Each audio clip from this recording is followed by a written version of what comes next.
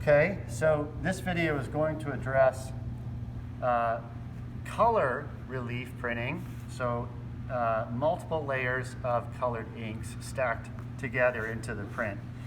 This one is a fairly straightforward example in the sense that you have 3 layers of ink. You have black, gray, and pink. This is an artist named Andrew Kozlowski. Andrew teaches and is an artist. I can't remember the school he teaches at, but again, we'll put hyperlinks to their websites in the comments of the videos. This is a print he made just a few years ago. He doesn't have a date on it, but obviously it's dated to just after the 2016 election. This is probably a reduction relief print. I don't know that for absolute certain, but I'm thinking that's probably the case. Now, what that means is that Andrew used one block to produce the 3 layers, or the 3 colors. And if you look here, you see, okay, there's the gray, right? You know what? I take it back. Maybe it isn't reduction. It may be multi-block. And so then you have the key block, which would be the black. And then you have the other blocks. Even though this is pink and this is gray, I suspect that those 2 forms were on the same linoleum block. So this print had 2 blocks only, the black and the color block, but he used a very small brayer to ink up the pink and then used another brayer of ink to ink the gray. And then when that's printed, then he can also ink up the black block and print that. What that can look like in terms of the blocks themselves is, there you have, like, this can be the key. This one here is the key block. And then you have color blocks. And the color blocks can be quite simple or complex. It depends on the image.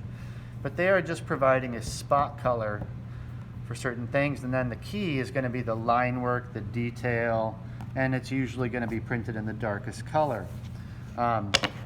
Here is an example of a block that is carved here. This is the key block.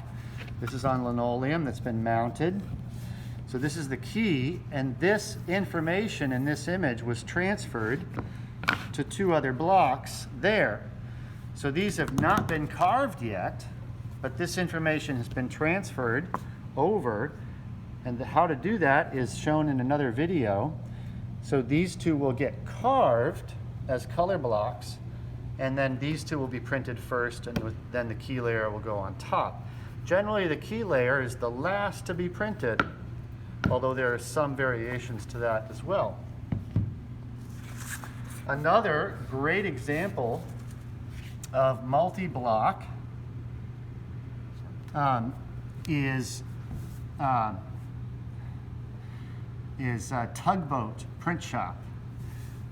Tugboat is primarily a woman whose name I actually don't know, and that signature is illegible. I'll try to find out, but Tugboat has been producing amazing prints for quite some time. They are always relief, and in this case, she printed a blend in an early layer. So you have the salmon color.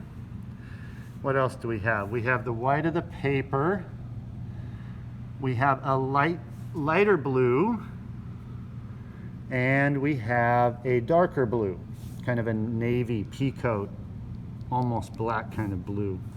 So I think it's just 3 layers, except there's a blend in the layer that is the lightest, which is the first layer. So this salmon, I think, turns into a blend of this kind of celadon green that you see right in those lines there. So you see the salmon is strongest in a swath across the middle, and then both the top and the bottom, the salmon kind of diffuses into the lighter celadon green. So when she had that block that was going to be the first layer, the roller went this way, and there was a blend on that roller where it was more salmon in the middle and then the Celadon greens at the end. So each of those 3 blocks is printed in really good registration on the paper, making this multicolor, beautiful relief print of the night sky. Other examples of multi-block, here's some really fantastic examples of 19th century Japanese ukiyo-e prints. Each one of those colors comes from a single block. And so there's a block dedicated for each color. Again, just like Tugboat's print, there's a blend here. So where there's a blend, those 2 colors are still one block, but it's one block dedicated to that layer. The detail in the key block is mind-boggling, right? The lines in the straw on the side of the boat, the line work in some of the landscape, truly amazing. Another 19th century ukiyo-e print is this one, Women Smoking Under Cherry Blossoms. I love this print. It's really vibrant, it's fresh, it's in really good shape. And again, the detail is amazing. So again, to recap, for every layer, there is a block that has been carved to print. Where there is a blend, like in the sky, that whole shape is one block. And then the blend is taken care of in the inking of that block. The detail in the key block is truly nuts. All this very fine line work. Look at the hair in the 2 figures. In some of the color blocks, look at the detail of that patterning on the fabric. Truly nuts. Amazing sense of color, amazing great range of saturation. So that's kind of a classic example of multi-block color relief. Another way of achieving color in a relief print, like I briefly mentioned it with Andrews, is reduction. And a reduction, unlike those 2 ukiyo-e prints we just looked at, reduction will only have one block for all of the color layers, which means that you often you print the first layer before you've carved even anything into the block. And this print here by Katie Amelia Baldwin, we'll include the hyperlink, is a reduction print, I believe. So the whole shape, this is a woodcut, this whole shape was carved first and printed in the lightest green as a solid. Having printed that on all her pieces of paper, then she goes back and carves the line work inside this and then prints the darker green in perfect registration on top of the lighter green. So she got the 2 greens from one block, and we call it reduction because you are reducing the image area that will print. Each time you go back and you carve away a little bit more of the block, that is where the previous color will remain visible. So one aspect of reduction printing is that each color layer will have to print by necessity onto the previous. So you're really stacking up these layers of ink. When you have multiple blocks, you can have one ink print over here, but another one print over here. You can overlap them if you want or not. In reduction, by necessity, the ink layers are going to overlap. And you move from a either uncarved block or significantly uncarved block towards a more finished block. Another name people use sometimes is suicide printing, because when you're done, there's nothing left of the block really, and you can't go back. Kind of a grim way of referring to it. Here is another reduction release print by a really amazing New York-based artist. Why am I spacing her name offhand? Looking for her signature. Melissa. I can't. I'm filming with my camera, so I can't use my phone to look on Instagram. BoggieBrownTown is her Instagram handle. I'll put the link in the comments. This is a reduction from linoleum. So every color layer is printed from a single block. You can see that she's actually quite casual in registration. You know, and you see how layers are shifting like that. She's also very casual with quantity of ink. You know, if you play light off the surface, you realize like, oh wow, that's a lot of ink stacked up there. She's also, instead of taking a really big roller and inking up a big block with one color, in any particular state of the carving of the reduction, she'll go in with small brayers and do some funky rolling. And that's what she's doing in here. So these two are inked up and rolled at the same time, but she's got a small brayer that she's got a little blend on, and she actually moves the roller as she moves across this form. So she's not taking a roller and going all the way across. She's taking a small roller and following this form. And inevitably, when you work that way, there's going to be significant variations from one print to the other. She is an artist that embraces that. That's not a problem. You can see even she printed some white on top of the gray from the forest, from the gray from the trees. So here, these are supposed to be snowflakes. So by the time she finished carving this, the snowflakes were probably the last layer to be printed, which is funny because normally people print the darkest layer last, but she's actually printing straight up white last, and you can see that the white is not perfect in terms of opacity, and that's not necessarily the point either.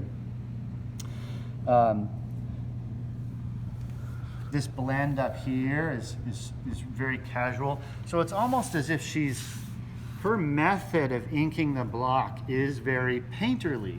She is approaching the inking of the block almost like a sort of painting with the little brayers and painting with the blends that she creates with the brayers. Really fantastic image. We looked at some of his work in the black and white one. This is again a reduction woodcut by Jack Arthur Wood. Again, in this one, every layer is coming from a single block, but his block on this, instead of being linoleum, is wood. And it's not even just plywood. In this case, his block was just MDF, which is a manufactured board. This is MDF. In this case, it has linoleum mounted on it, but he's using the straight MDF that he can get from any Home Depot or Lowe's or whatever. It's a manufactured board of a given uniform thickness and density, and you could carve right in this and print from this block. So that's what he's doing here. This is super funky. He's similar to the previous artist in the sense that exact registration is not that important to him. He is sort of painting with the brayers as he inks up the block. He is using blends on the brayers in an almost hallucinogenic way. As he's inking up blocks, instead of one big roller of ink going all the way across, he's using tiny little brayers repeatedly So if you look at this little blend right there, from the blue to the kind of yellow, this green from blue-green to the yellow, and it continues here and here and here, he's rolling all the way across there with a very small brayer and then doing the same thing here and doing the same thing here and doing the same thing here. So when he inks up, he's being, you know, very intuitive and very painterly in how to do that. There will be variations from one print to the next when the edition is done. And as long as they're within a range of acceptable to him, that is to say the spirit and the quality of the image is the same, even if the details are not, then he's fine with that. Here's another print by the same artist, Jack Arthur Wood. Again, it's a reduction. Again, it's multiple colors printed from the same block. So this is a reduction. The very first layer of ink, I think, has absolutely no carving at all. So he printed that first layer of ink that you see here and here, or maybe even there. No, I think it's both of these. He printed that with nothing carved into the block. However, when he printed this, he was basically painting with the brayers. So even though this part right here is very different from that part, this was rolled directly on top of this on the block. So it's kind of hard to reverse engineer sometimes. And in this case, I don't think it is possible this was printed maybe in 3 layers. It's not a lot of layers. It makes it look like a lot of layers because of how he uses the brayers of ink. But it isn't that many layers that he actually printed. I think at most it's 3, maybe 2, but all from one block. And then finally, this is an artist named Ricardo Vicente Ruiz. And this is a reduction woodcut. I don't know the block that he used, but my guess would be that he was carving again on the MDF, which is that manufactured board that you can get at Lowe's. And you can really see the ink stacking up. And he probably went from kind of light to dark, but it's not completely clear. I think the actual final layer is this lavender, this light purple, and you can really see the ink physically stacking up there on the previous. So he actually printed this after this dark blue, but I think the first few were, like here you're seeing the white of the paper. This yellow green, this chartreuse, is probably the first layer. The second might be the red. Somewhere in there is this kind of dirty olive kind of color. There are blends in this. You see blends here. It is a figure, by the way. You see 2 eyes. I think it might even be, I don't know, I'm not sure if he's holding cards. You see a cigarette here. You see the shoes. You see a hand here with some kind of stick in the hand. You see other little accoutrements. Not entirely sure what they are. But technically, every layer here is from a single block. He does very little carving before the first one, and then after he prints a particular color, then he goes back, carves some more, and then prints another layer, carves some more, prints that, carves some more, prints that. In theory, you could do an infinite number of layers that way. In practice, there is a sort of maximum quantity of ink that the print can take. And you get some weirdness here of how the light purple is reacting to the heavy quantity of ink beneath it. And that's all fine too. Again, this is a casual, very painterly approach to the technical for multi-block or multicolor reduction relief. And then briefly, these are some student examples of an assignment we've done a lot in the shop, where students choose an ukiyo-e, Japanese ukiyo-e print, and then either replicate a detail of it or change it up to make it their own. So here they took just a detail of another print. And these are multi-block color relief prints. So with each color that you see, there is a block dedicated to that color. Each block is inked up and printed in that sense. So these are not reduction. In this case, it's a fairly straightforward copying, although because of the size, there's less detail than the original had. And here they just pulled out a figure from another print and then just focused on that figure. So, and these were printed by hand, no equipment, just using a wooden spoon. So it's not even that particularly hard. All right, end video.